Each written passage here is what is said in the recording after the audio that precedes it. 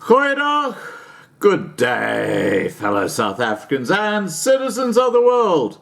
And I've just had an hour-long discussion with Philippe, who's our Loving Life community channel medical expert, top fella. And there's no visual, it's just an audio. It goes for an hour, just be warned about that. But we talk about all things related to the coronavirus. Its impact in South Africa, the do's and don'ts, a whole range of things. So if you just want to sit there and just treat this as an audio podcast, that's what you do. If you're traveling in your car and you've got an hour and you've got nothing to do, you'll find the information that Philippe gives invaluable. And, I always just love speaking to Philippe because some people think that he carries on and on, but this guy has so much knowledge, and I drink in every word because that's a man who can help all of us from a medical perspective. All right, I'm going to say no more. Here comes the hour-long audio, basically, so you don't have to worry about video because we would just have you a chat on Skype without video, but just listen in because I think you'll find there's some stuff in there that's important. And once things really get pear-shaped in South Africa with the coronavirus, I'm going to be organizing a live stream with Philippe so we can talk about where to from here. All right, guys, please remember to subscribe to be kept informed. Ring the bell for the updates, please. Like this video, please share this video, and above all, please stay safe. And there is a link to a document down below that he refers to in this video, which I think you're going to find extremely relevant and useful. Cheers, guys.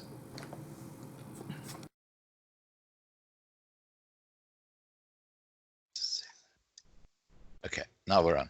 Okay. Hi, Philippe. What's happening in your part of the world? All is quite interesting here. At Tesco, which is a bit like the hyper, like Checkers. Yeah. There are no shortages of tinned food. There are shortages of toilet paper, wipes, cleaning agents. Yeah. In fact, we see now rationing both in Costco and we see rationing in Tesco of toilet paper. They may take 5 rolls and that's it. Otherwise, they get turned away at the tills to replace it. I have only one comment to make, Philippe. When you made that comment back in January about don't forget to prep on toilet paper, you should have bought shares in those toilet paper companies because they were doing very, very well, even here in Australia. we actually have a little home industry of remanufacturing the toilet paper. Okay. We use the other side now. Yeah, we clean up the one side that's used, then we basically re.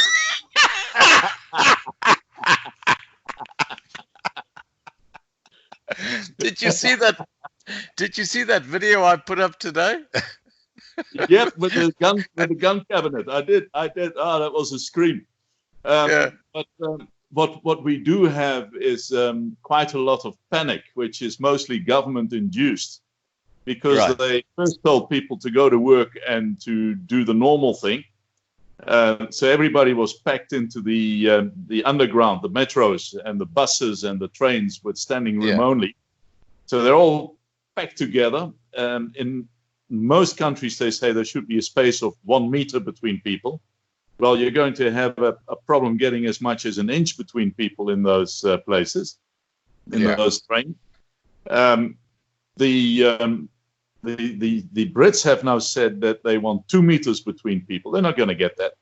Anyway, now all of a sudden they want to start self-confinement again and self-quarantine. This is also something that we brought up in the very first podcast, the hand-washing thing, the hand-washing routine, the transfer of the virus through the mucous membranes of the nose, the eyes, and mouth. Yeah, we brought it right up in the beginning when no one was talking about it. Well, now everybody. That was 6 weeks ago, you know. Yep, we actually told people to wash their hands and hygiene.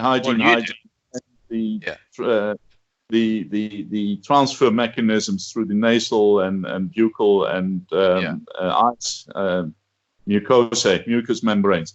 We warned them then already, and now it's actually a mainstay of the whole thing. They're now also beginning to moot that people should isolate, self-quarantine. Right. That I think is still probably the best way of doing it, so it can't spread. The best way to avoid the infection is not to get it in the first place. But what is really of interest, and I don't get it, is that the NHS, the National Health Service, owns statistics for last year's common flu episode, the common flu season. Now, how you call that a statistic is anyone's guess, but they published that they had between 10,000 and 30,000 deaths attributed to the normal common flu season. Right. To achieve that, you need hundreds and hundreds of thousands of exposures and people cluttering up the surgeries with flu, seasonal flu. Well, that was never published. They've got 8 people who died here, and the whole country is in a state. But when they have between 10 and 30,000, and 10,000 is like a multiple of the worldwide deaths that have been recorded through the coronavirus.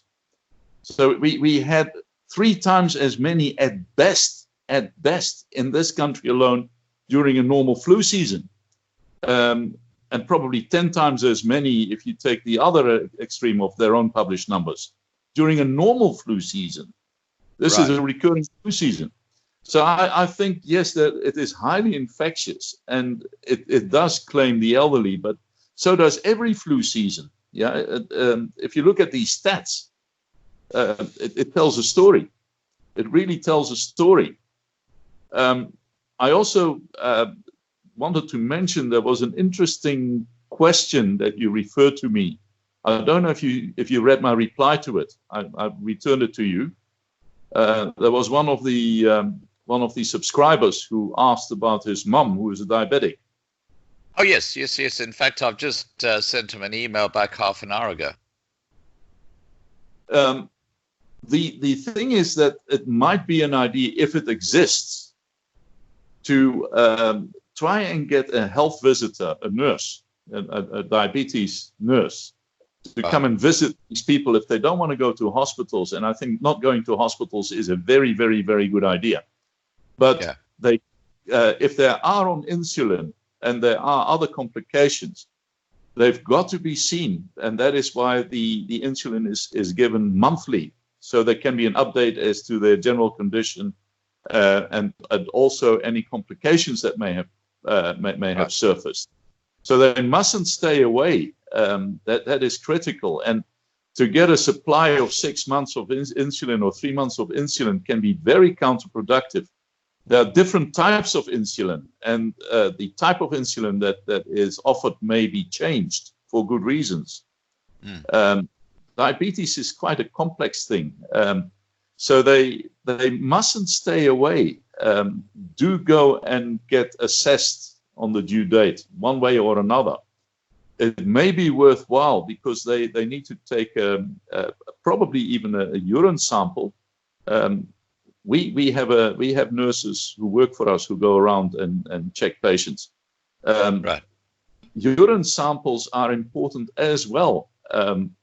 You want to check things like ketonuria. If patients aren't doing it themselves in any event, or we leave test kits, strips behind to check urine, and they test themselves for blood sugar. But in the case of your listener, and there may be quite a few more elderly who are on blood thinners, anticoagulants, that needs to be tested. And if they're not testing their own urine, because you can have the presence of blood if you have severe doses high doses of anticoagulants, and there may be occult, which is hidden blood in urine, or frank blood that you can actually see. That needs to be tested, and there comes the rub. If they are on anticoagulants for any reason,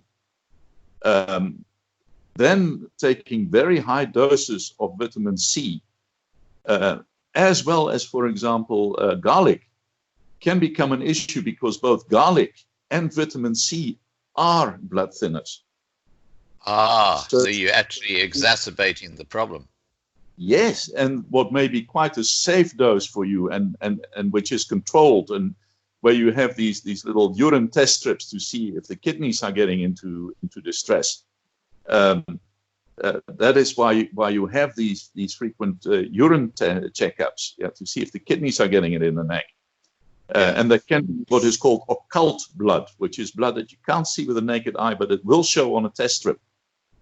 And that is critical. That is critical. Yeah. And if you then take massive doses of vitamin C over and above it, you may actually cross that threshold. As with garlic. Yeah, garlic is also mooted as a general conditioner, and it is. It's very good. Also as an antiviral, antibacterial agent. But again, you sit with this exacerbation of the anticoagulant, the blood thinner, which is why I wrote the reply to your subscriber that I did, because she needs to be seen. Yeah. Now look, I have to tell you, just getting back to the coronavirus, I have to tell you that I am actually officially now in lockdown. There are a growing number of coronavirus cases here in Queensland. And I have prepped. I've got months' supply of food. Tap water is fine for drinking here in Queensland, so I'm good with water. I've got tons of toilet paper. This might have been sold out in Queensland. You know, the people are now using hand towels. Can you believe it? They're selling out. Well, why don't they simply wash? Yeah, that's done in a lot of countries, and it works. Yeah, that doesn't kill anybody. It doesn't make you sick either if you wash your hands afterwards as well. It's quite a normal procedure. But anyway, that's what's happening on the ground here. So I'm actually going to be in lockdown, and being a single guy, I don't have to have people coming in and out of the house. So the door will just remain locked, and I'll be in lockdown, I'd say, for at least a couple of months. I'll just be, in front of the computers and talking to people and doing what I do. But I'm prepped. I'm ready. Yeah, if you have an animal, if you have a pet, make sure he stays in the garden, because if he goes wandering and he comes back, there could be all sorts of stuff sticking to the coat. They bring it in. No, look, I don't have any animals. So okay. My dog Bonsai is back at the old house. Well, Shredder has also gone to heaven. He turned 18, and he was blind, he was deaf, and I fed him basically. Hello? Hi, Philippe. I seem to have lost your guy, and I miss him like hell, little Shredder. From a practice point of view, here, because we are contracted as specialist service providers to the oil industry and a bunch of insurance companies, we get guys who fly in from God knows where, and then on their way to oil rigs via Aberdeen Airport with helicopters. It's like the helicopter capital of Europe, to the oil rigs and the ships. Or they come back and they're on their way again. We have now drawn a line under procedures if people have sniffles and coughs.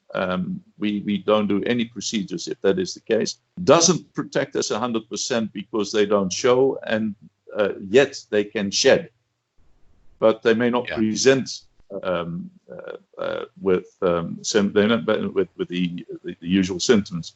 So the problem, of course, is always, Yeah, and on oil rigs, of course, you're sitting in a test tube with over 100 people. Yeah. It's like, and they can't the get out. cruise liners. Worse, because they're really packed together in on an oil rig. You've got far more space available on a cruise liner. But and of course the heat, the noise, the lack of sleep that these guys have when they're working, because they work very long shifts. So their immune systems get compromised much easier than, for example, having a rest on a cruise. Now I've got to ask you something, Philippe, on that very issue. Okay. Now let's look at South Africa. Okay, it's now got the coronavirus. It's in the country, and I have no doubt that there are a lot more cases walking around South Africa right now that have not been identified. And that's what's happened in the UK. It's what's happened in Italy. It's what's happened in the US. It's happened all over the world. So this is not something that's exceptional. Now, you tell me from your medical perspective, what is the impact of the coronavirus going to be like in these overcrowded townships? Especially with that public health system. It's with the compromised immune systems and a large number of patients on immune suppressants, that is a very, very, very serious issue. Immunosuppressants are very, very, very serious when it comes to managing viral and bacterial infections. I think that you're going to see both viral infections and superinfections. Bacterial superinfections, particularly multiple and extreme resistant strains of bacteria. The thing is that you as an individual do not become resistant and multiple or extreme resistant.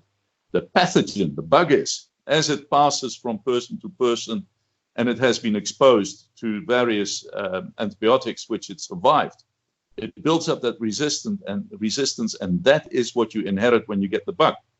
Now, when you have situations where they did not complete the antibiotics course, or where it was badly prescribed because they didn't run sensitivity tests. You run a couple of different antibiotics through a petri dish, which has a bug in it that it's growing, and you see which ones kill it and which ones don't. Right. And then you take the weakest one of the ones that kill, and then you have a guaranteed result. But if you go from antibiotic to antibiotic to antibiotic, or worse, they don't want to spend the money to get medical advice. There's still some antibiotics on the shelves, and they share them out. It doesn't work that way. So these people are now sitting with compromised immune systems. They sit very likely with a multiple or even extreme resistant bug. We've got extreme resistant tuberculosis in the Cape, which means that nothing works anymore. When that is superimposed over the viral infection, you're going to have hell on earth, absolute hell on earth.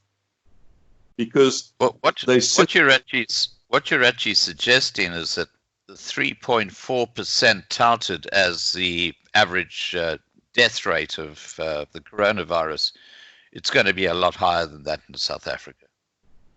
Oh, absolutely, because the problem that you're going to have is that those who have a functional immune system might overwhelm the virus, or make it a very let's put it in plain language, a very mild infection, mild symptoms or very few symptoms. But once that secondary story kicks in and that immune system is now in complete disarray, that superinfection might kill you as well. And if it is a respiratory tract infection, and we know that it is an upper respiratory infection, and it affects the upper parts of the lungs. But there are a number of bacterial infections which do that as well. So if you get a superinfection, because they can coexist and do coexist, you're finished. If the one doesn't kill you, the other one might. And of course, the general state of health is gone. I don't know what the state of drinking water is, access to clean drinking water, hygiene. if they're not following a very strict hygiene regimen, they are at huge risk anyway. The nutritional aspect is not valid. The South African government, being what it is, will claim that it's swine flu and not coronavirus, for example. Well, basically, when you look at the number of deaths, it's when you look at fibrosis, the bit that affects the lungs, that is serious, and it is something that you may never recover from, even if you survive it. You may never have a normal life and a normal, healthy lifestyle again, even if you survive it. It's very, very serious, fibrosis. Philippe, I know you're a busy man, so I've got one question I need to ask you before you get going, and that is, what is your best advice to all our subscribers in Africa as to how to protect themselves from getting the coronavirus? What are the steps? What are the options? How do they stop themselves, especially if they're in a compromised position where their immune system is low because of whatever it is? What's your best advice? It's still what I said 6 weeks ago. Say it again. Hygiene and more hygiene. And if you look at what we do unconsciously, we touch our nose, we rub our eyes, we touch our mouth 300-400 times a day. That's roughly the statistic. Clean your hands frequently. Have little sachets or make your own. You can have some chlorine in water that and make a suspension, dilute it.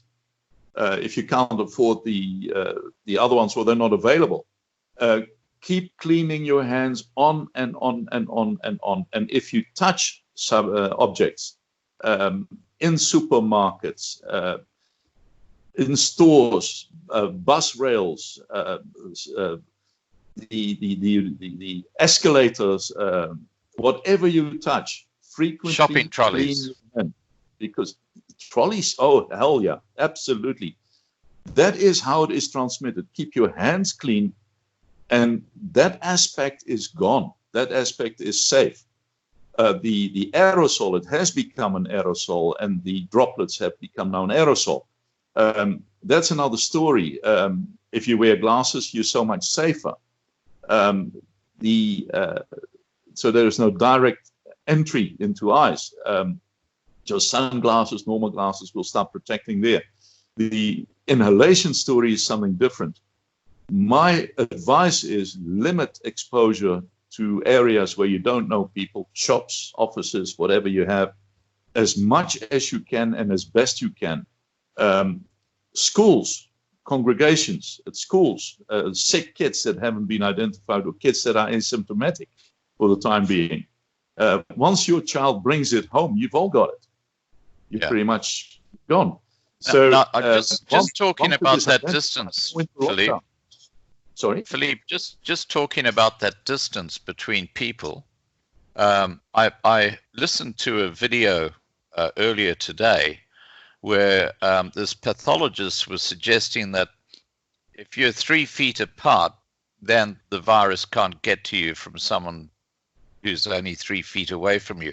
My understanding is that you've got to be at least a couple of meters or about 6 feet apart to stop that happening. 3 feet seems like not a big distance.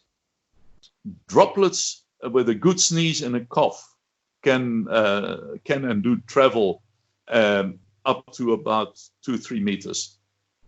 Okay, so 3 feet is. No, so I would not agree 3 feet is not the right answer. But the problem is that this stuff has now become an aerosol, which are very fine. It's a mist, if you will, and that mist can be suspended. So if you're in a shopping center and somebody had a good old sneeze and a good old cough, and it has become an aerosol, that very fine mist. So you walk through it. That stays suspended in air for a while. So it is like you walk through a cloud. The other problem is that there is no, Philippe. Yeah. Again, this is from the pathologist in South Africa. It was actually a video on News 24, about the coronavirus, and she suggested that the coronavirus can only survive in big droplets. So if someone has the virus and they cough, it's only the big droplets that carry the virus, and the fine ones won't have the virus. Now, I thought that's BS. What's your comment on that? I disagree with her. There have been tests run, for example, with Ebola. And Ebola actually mutated, and it was first transferred by body fluids. Then it became airborne, and then it was circulated through air conditioners. In other words, that is your aerosol. And that's the same with the aeroplanes. Yes, it can be, yes. So the aerosol aspect of it is very dangerous. But what is even more insidious is the fact that you can't see it, that it sticks, and there has been a very controversial issue there as well, that it can survive on surfaces. It was cranked up all the way to 24 days, which surprised me. But I would certainly agree. I'm aware that it can survive up to 3-4 days on surfaces. That then was officially corrected to 24 days, and it caused a mass panic. It was then again reduced now to a couple of hours, and that is rubbish. That is complete and utter rubbish. So if you pick something up from a shelf which has that aerosol on it, if it is on the best version, to try and stave off panics, 3 hours, and it has been covered a couple of hours, you pick it up, it's on your hands. Yeah. And hand hygiene and what you bring into your house is critical. Wipe it down before it gets into your house, because if it's on your shelves, it is now inside. When you go shopping, just wipe it down. Yeah, wipe it down with a chlorine solution or an alcohol chlorine solution that you can make yourself. So what you're actually your house is contaminated or potentially contaminated. How do you make that chlorine solution? Just spell it out. You buy some chlorine. You've got some water. What do? You can basically put a couple of teaspoons. You actually do it all the time when you clean bathroom floors and toilet floors. The mums do. What about bleach? You can use the same solution. That same dilution is safe. A virus is a very, very delicate structure. It's not alive. It's a very delicate structure. Right. But one of the things that helps immensely, and I saw some of the comments of guys who I don't think know what they're talking about. There has been very, very, very in-depth analysis of the effects of high-dose vitamin C on the walls, the structural walls of a virus. Right. And it actually destroys them. And that is documented. If you look at a trial that was run in Helsinki a few years ago, in fact, at the medical faculty at the University of Helsinki, where they ran trials and came up with evidence-based stuff with regard to a linear connection. In other words, the more you take, the better your chances are that you don't develop symptoms, or the recovery rates are immensely better with high-dose vitamin C. There are also other trials run on human cohorts. And a lot of these actually staved off infection altogether, and they're very high doses. I think I sent it to you with the reference. Yeah, and if not, I can still send it to you. And the sources are impeccable. They are good, sound sources. They're not hooray sources.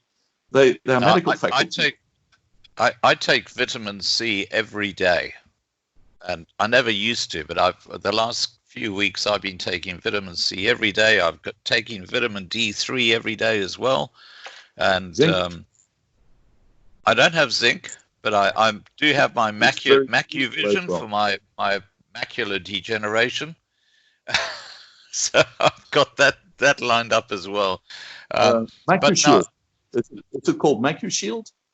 No, Macuvision Blackmores Plus. Macuvision Plus. Okay, there's another very good one out for MacuShield that is an excellent preparation. Yeah. If you take 600 as a prophylactic, between 200 and 600 milligrams of vitamin C a day, that is a very useful prophylactic. Should it break through, or should inadvertently you end up in a high risk environment, people sneezing around you, public transport, shops, kids coming home sick from school, and you crank it up to a minimum of 2 grams, 2,000 milligrams, but better still 3,000, 4,000 milligrams a day. And if you're really infected, up to 6 grams a day. These are the trialed dosages that actually gave the recorded, with the double-blind placebo-controlled studies. These are the dosages that actually gave the results that were beneficial. So in extreme conditions, when you're really infected, up to 6 grams a day, and the story that you pee it out, yes, you do. But there is evidence as well, which has been documented, that you actually only pee out 15% of it if you really need it. The 85% is retained. Right. So in normal circumstances, it is water soluble, and yes, you will excrete. But when you actually need it and it's being put to use, you retain 85% of those very high doses, and it actually messes around with the walls of the structures of the viral structures and messes them up. Yeah. That is documented. If you want it, I can get those references and send them back to you again, so people can please do. study themselves if they wish. Philippe, I've got to ask you this. I've got to ask you this question before you go, and I really appreciate your time. I know how busy you are.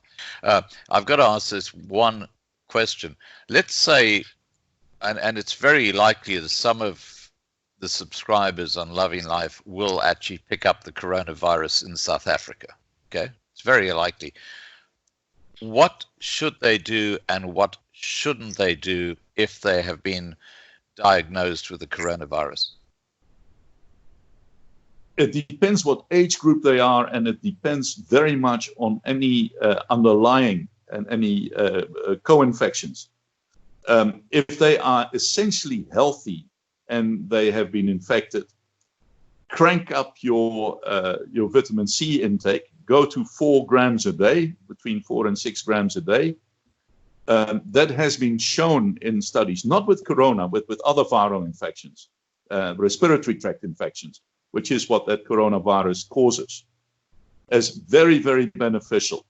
The other thing is drink plenty of fluids, bed rest, strict rest. Rest is vital.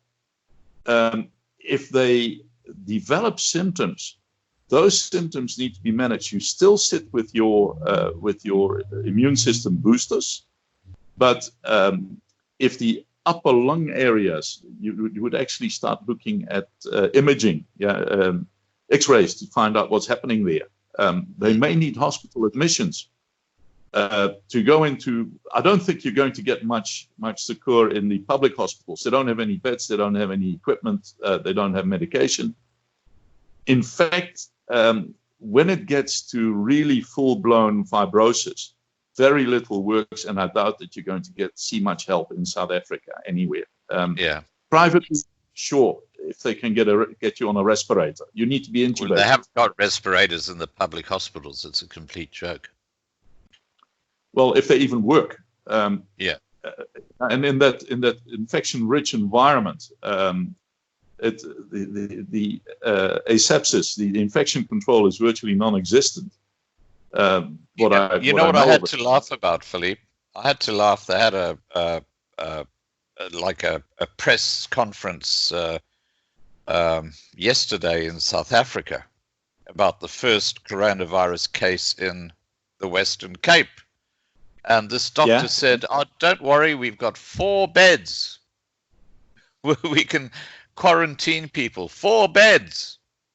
They are delusional. In They're utterly delusional.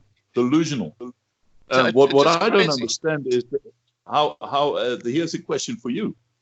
Yeah. After all the Zondo story about the theft and the plunder and the looting, how the hell do you justify 120 million rand to fly an aircraft from Joburg to China and back?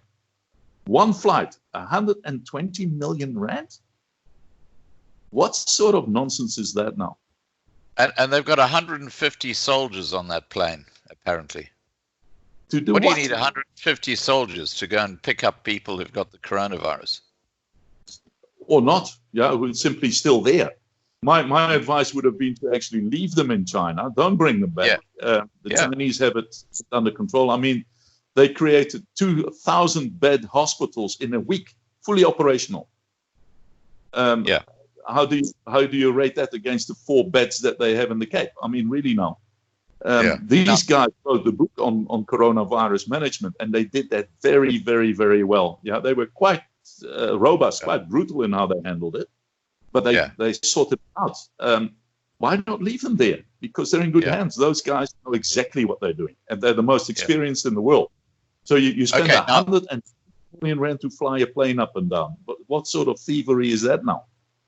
Now, the World Health Organization today declared the coronavirus a pandemic, and Donald Trump has stopped planes flying from Europe to America from Friday midnight. Now, let's look at the pandemic issue first.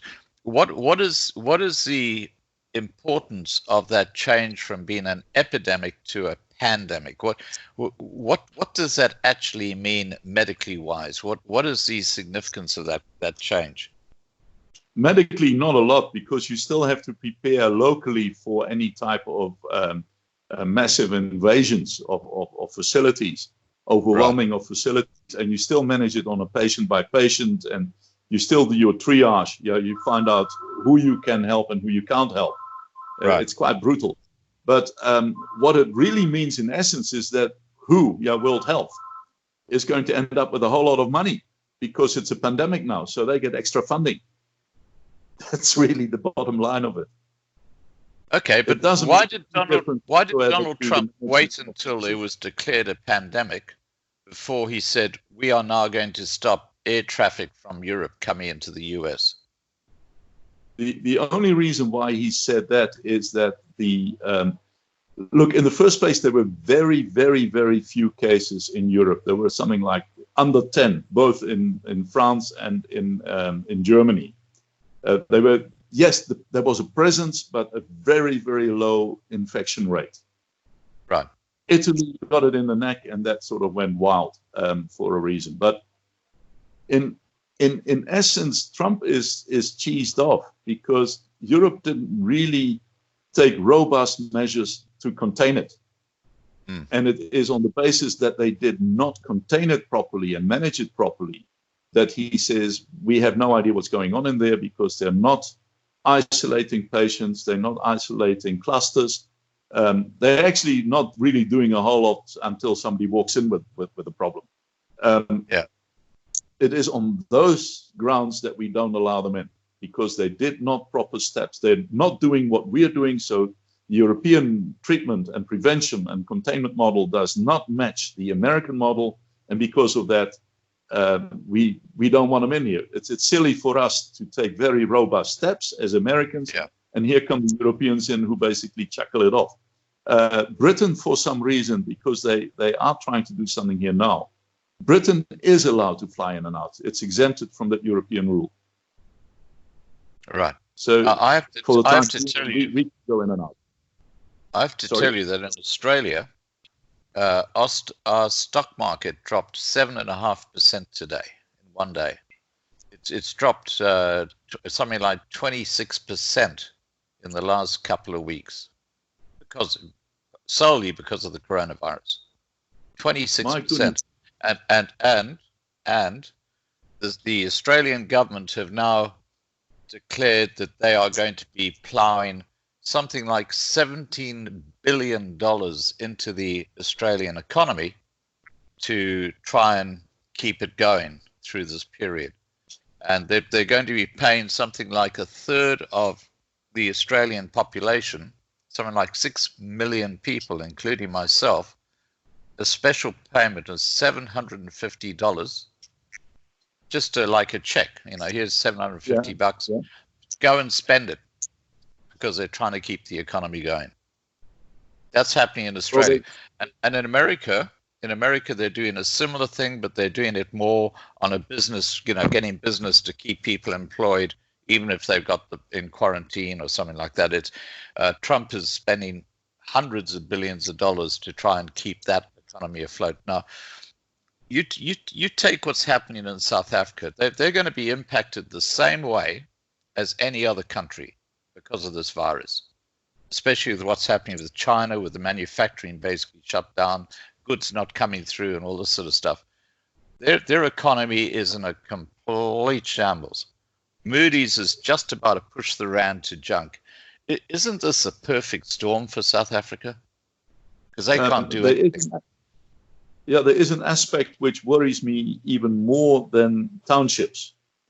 Yeah. And that is the hostile structure. No one mentions it, but such mines as are still operational have their miners, have their workers in hostels. Yeah, they're all bed by bed. At the best of times, those hostels are an infection nightmare. Yeah. Now, it's another story. And these guys work underground. Yeah. And when that starts underground and it starts in the hospital, in the hostels, the mining, the labor hostels, you basically wipe out your mining labor population in no time flat. Right. And everything that goes with it. And those hostel structures, I think the South African government should spend some time to seriously upgrade and clean out those hostels and check. Okay, now you raised a very, very interesting thing. And then thing come back up and live in those hostels in that squalor. That will incapacitate the mining industry and the forex income in South Africa in no time flat. Once that starts rolling, there is no stopping it. Plus, these guys, when they go home, should the mines or the hostels be shut down, and these guys bombshell and they go home, they will take it to Lesotho, they will take it to Bots, to Zim, to wherever, Mozambique, Angola, wherever these guys come from, these miners.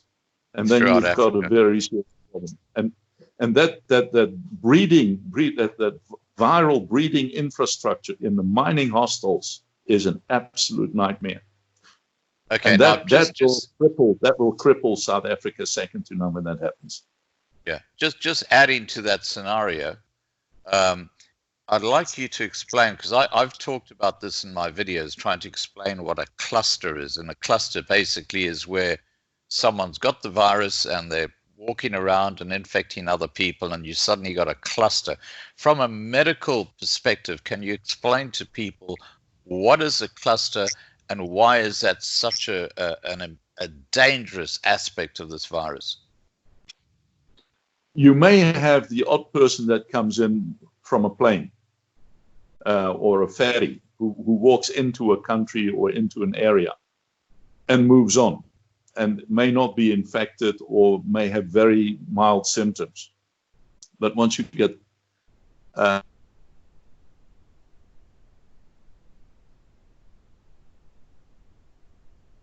Sorry, Philippe, we've lost you. Are not symptomatic. Philippe, can you start that again, because we lost all that audio. So starting again from the cluster, can you explain to us why this is so significant? It is the opposite of, if you will, as for illustration purposes, to keep it fairly simple. It's the opposite of the opportunistic traveler who walks in and may infect, if he is infected, one or two and goes out again. A cluster is a situation where there is a nucleus infecting those around the nucleus, They then form their own nucleus of people, and it spreads. It is a structured spread from there. And that is why it is so dangerous, because it is a very, very efficient way, if you will. It's a way more efficient way to spread the virus than the opportunistic traveler who comes in with it. So what actually happens is that people within, let's say the whole of South Africa is like just a city like Pretoria, and if you take Voortrekker Street going through Pretoria, what can happen is that one person who basically starts a cluster infects a whole bunch of people, and in that particular street in that city, you have a huge number of people being infected with the coronavirus because it's a cluster. Is that correct? The thing is that they don't have one exposure in a cluster to the infection source. Yeah. They have an ongoing, a continuing exposure. Right. And that makes the spread so efficient. Yeah. They keep moving with it. It's like a bubble, if you will. And that bubble keeps cross-infecting each other until there is a result. Yeah. That is your difficulty with managing a cluster infection. It is a very efficient way of spreading it. It's the most efficient way of spreading a virus or bacterial colony. Yeah. Okay. It's the opposite of the opportunistic source that walks in and out. Yeah. Now, one final question, because I'm taking up your time. So many people are saying to me, "Hey, one of the biggest problems in Africa, it's a perfect petri dish for a mutation of the coronavirus in its current form into something far more deadly." What are your thoughts on that? You don't need Africa for that. The problem with any virus, and therefore also with any vaccine, is that the virus mutates anywhere and everywhere. That is not limited to Africa. That is inherent in any host. It will mutate, which makes the creation of a vaccine so difficult. The only way to deal with a vaccine and try and net the whole lot is to so now we get into chemistry. In plain English, is to try and create a chemical structure that does not allow a virus to reproduce, that actually knocks away part of the virus integrity that it needs to function, that it needs to attach itself to a host cell. Right. And we actually at the moment have a situation whereby we know which little bit to take away so that it now becomes incompetent. Yes, it will invade you. No, it can't efficiently attach itself to a cell. And then it basically burns itself out. There is stuff on the go at the moment because I am in biomedicine, as you know, that we're looking at, and that shows promise. But it is not it is not a vaccination where you won't get it. At this point in time, there are no human trials yet. It is basically the academic reasoning, the theoretical aspect of it, to create it and how to build it, how to compound it, how to structure it. Right. But we have a good idea which little bit to take away to render the damn thing incompetent. That is pretty close at the moment. The problem is with human trials, that can take up to a year, even 2 years. But the phenomenon of mutation is a given with any virus, even with annual flu infections. That is the problem. I was about to say, flu infections are a perfect example of that. It is a flu infection. Yeah. It's just a very nasty one. But we had Zika, we had the bird flu, we had swine flu, we had MERS, we had MERS, we had SARS. Every few years, something really nasty pops up. Yeah. But that is a sort of waypoint between viral infections. We get them we get the seasonal ones, and then every so often there is a particularly nasty one. Yeah. And we've seen that.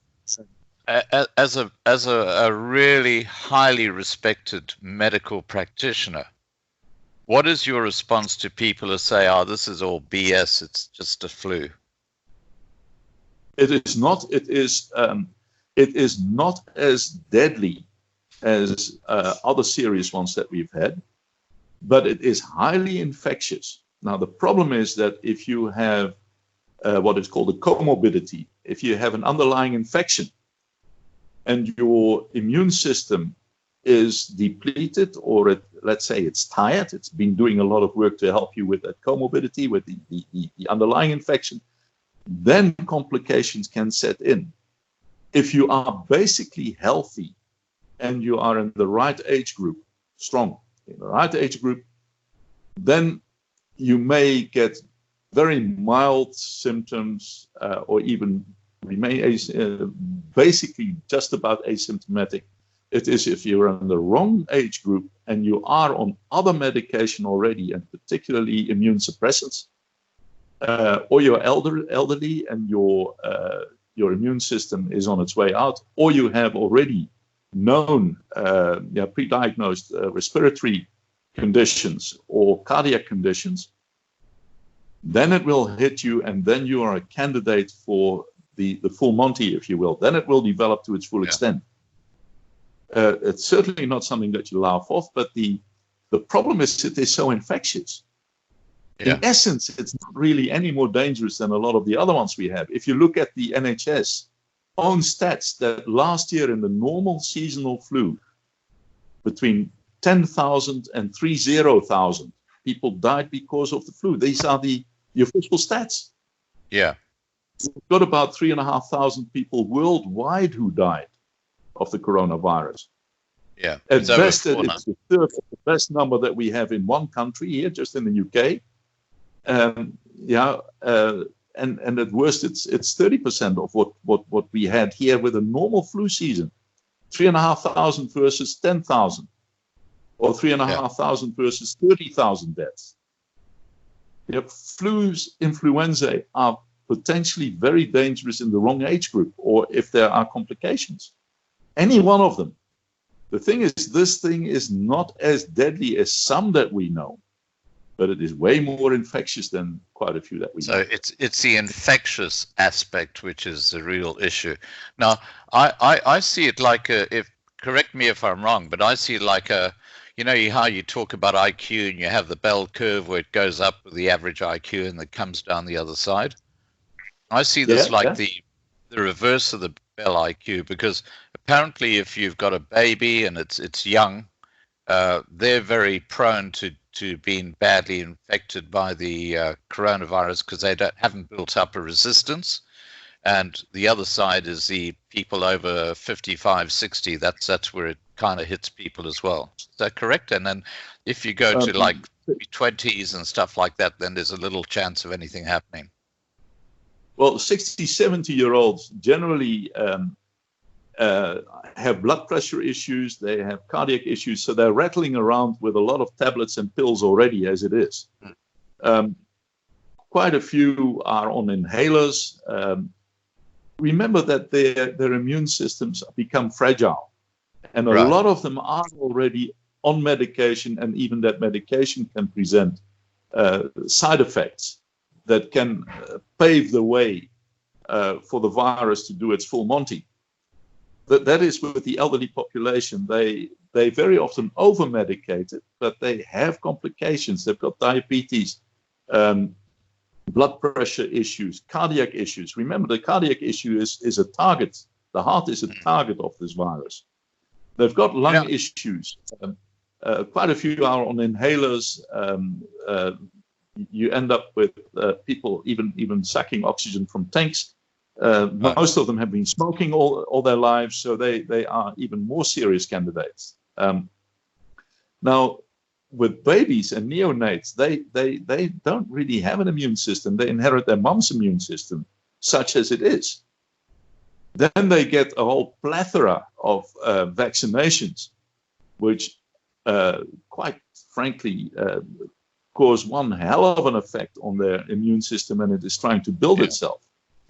Yeah, it basically dips, and it starts building its own. And at that point, they get a whole mass of vaccinations.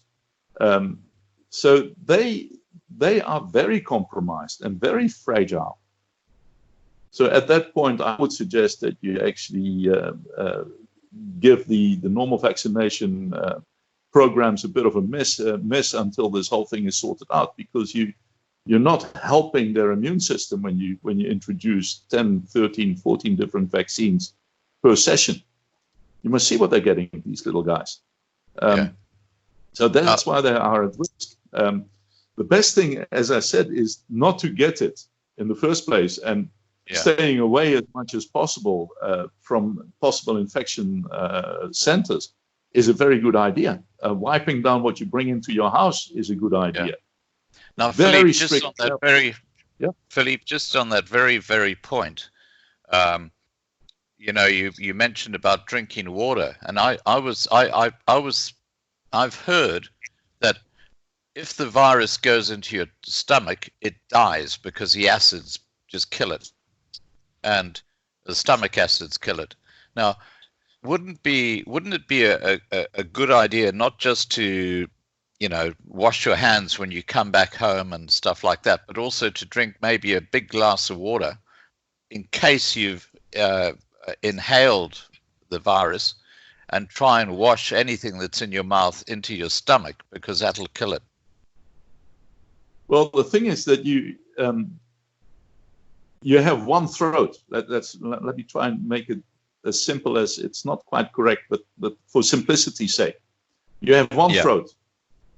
You breathe in and out through that throat, and you swallow through that throat. And there's something called an epiglottis. There's something like a gate that selects which way it's going to go. Yeah. So that same passage will allow it to go down. Now, there are certain enzymes which have a digestive function. When you chew, you produce enzymes. Yeah, that starts the digestive process. But there is nothing that I'm aware of that those enzymes in your mouth, that you create by chewing, kill a virus. A lot of viri actually, because otherwise it would be dead virtually on contact. But your mouth is a main entry area. Yeah, but I'm not talking about the mouth, Philippe. I'm talking about let's say I've been out to a shopping center, and through the aerosol option, I've got a couple of these coronaviruses in my mouth. It hasn't got through to my lungs yet. It's actually sitting in my mouth. When I get home, if I get a big glass of water and I drink that glass of water, there's a good chance I'm going to wash those little coronaviruses into my stomach. So they're no longer going to be... How many times do you swallow? How many times do you swallow? Yeah, but this is actually using water to clean out your mouth. It's just sort of like washing everything out of your mouth. I don't think that water actually on contact any fluid, because mucus, nasal mucus, and mucus in your mouth, the mucous membrane on the eyes, the tears, they are basically a huge water content, and it does absolutely nothing. It transports the virus. It doesn't kill them, not any of it. Right. Your main thing is the environment, the terrain. We call it the terrain, to make the terrain in which the virus operates totally inhospitable to it. And your first stop is your immune system, to assist your immune system to do a job for you. Right. But to drink water, not to my knowledge. And they're very severe abdominal viral infections that are ingested with food. Well, hell, this is one of them. I mean, it started off on a food market, remember? Yeah. Now, one final thing I need to clarify with you, and this to me is a really horrific thing. I've been watching a lot of videos about the coronavirus, and experts have been saying this, that, and the other. And one expert said how a virus replicates is that it attaches itself to a human cell, inserts its own DNA into that cell, and then replicates within that cell till it reaches a point where the cell, which is basically now like a cocoon of viruses, can no longer accommodate the number of viruses that are being created within it, and basically explodes like a balloon, a pinprick. And then all those viruses then go and do the same thing and invade more cells. I mean, that to me is like, that's scary. It is very scary, and the different types you've got.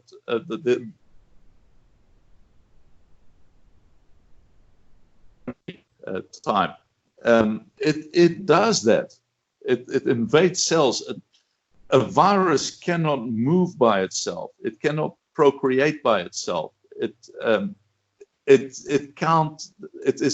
It's dead, but not really. It needs a cell to perform all the essential functions. So it will attach and invade.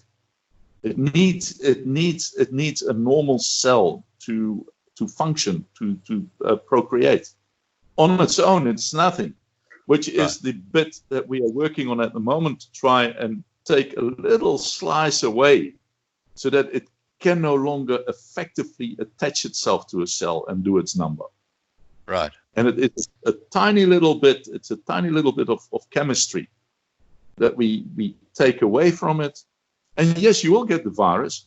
No, it can't attach itself and it cannot procreate. Right. Now, Philippe, that's what we're busy with. I want to put this audio tape up on my channel. It's after 10 p.m. here. I've been up since about midnight the night before. So I'm going to terminate this call, but thank you so much for the discussion. You know, your expertise and experience is totally invaluable, and I'll put this video up very shortly onto the main Loving Life channel so that people can get a good insight as to the options and what we've discussed here. Yeah, do you want the authority? Do you want the publications about vitamin C? Yes, please do. Yeah, just send that to me in an email, and I'll attach it below the video. Okay, but thanks, buddy. Tell your guys that they all these people who are on insulin, that they must not try and get a store of the stuff. Not when they have comorbidities like that particular patient. She is really quite an ill person, and she must be seen. It is not only the insulin that she needs to be checked for. There's a whole lot of other stuff that comes into it as well. Yeah. Okay, buddy, no problems. Look, thank you so much for your time. We'll catch up again soon. I think when things really go pear-shaped in South Africa in the townships, I might ask if you could come on a live stream again so we can actually have a discussion about what you see happening there. I hope that there's something that no one has mentioned, and it worries me for the sake of the people who live there. The hostels, the hostel dwellers, and how they put together the hygiene situation, the stuff in the mines when they go down the shafts in the lifts, and oh man, when that lot gets infected, because that is a cluster formation in a million. I mean, that is the ideal cluster. And when that lot gets sent home and it bombshells, oh my goodness. Yeah. And you've got all sorts of problems there. You've got TB rampant there. You've got AIDS, HIV AIDS in there, hepatitis, different types of hepatitis, all sorts of STDs, sexual transmitted diseases. All these comorbidities are what actually makes that virus so dangerous. Yeah. Well, look, I actually see a lot of other ones, but with the comorbidity, it is a nasty piece of work. Yeah, look, I actually see it like God's hand actually coming down on the heathen ANC government and saying, you know, you're not going to treat my children like that anymore. It's almost biblical what's going to happen in South Africa. I mean, it's. I think you and I can see it. It's self-evident that this thing is going to kill millions of people in South Africa, and the ANC government, I do not think, will survive the impact of the coronavirus in that country. Well, the problem is they've chased the medical professionals who, when I see them here, they are outstanding. They're not good. They are bloody good at what they do. They've got a very, very good reputation. They've been chasing them out of the country for years. They've lowered the entry standards into the medical faculty. So how much can you teach people who are proven to be not really top drawer academics, potential academics? You have to adjust your offering. They've run the hospitals into the ground with theft and mismanagement and malfeasance. Also, all sorts of crony appointments. There is nothing left. There is no infrastructure left to help these people. No matter, and even if you say we've got 4 beds, that I think it's self-explanatory. It's a joke. What health professional would even say that? You'd think, oh my God, I hope they don't ask how many beds I've got. Yeah, because I've got 4 beds. No, he says I've got 4. Yeah, the others are all in the backyard because they're being sold as scrap metal. So, but be careful. Yeah? No. Remember that video that you had? Yeah, I do. We're laughing, but it is a tragedy. It is an absolute tragedy. It is so I mean, look, you can't make this shit up. But it's South Africa and it's a communist ANC government. What do you expect? Buddy, look, I've got to go.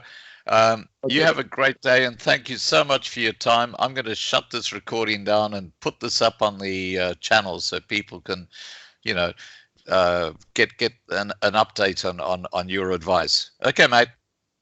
Take care. I'll send you the authority with the recommended dosages, and should they wish to check the publication itself, it's in a medical journal. They're welcome to it, but it's a shortcut, and it has proven efficacy. It has done its job. In proper double-blind placebo-controlled studies, and it's peer-reviewed in the work. So if anything, this should be the norm. Yeah. Okay. Thanks, buddy. Okay, but have a good one. Okay. Take care. Bye for now. Bye.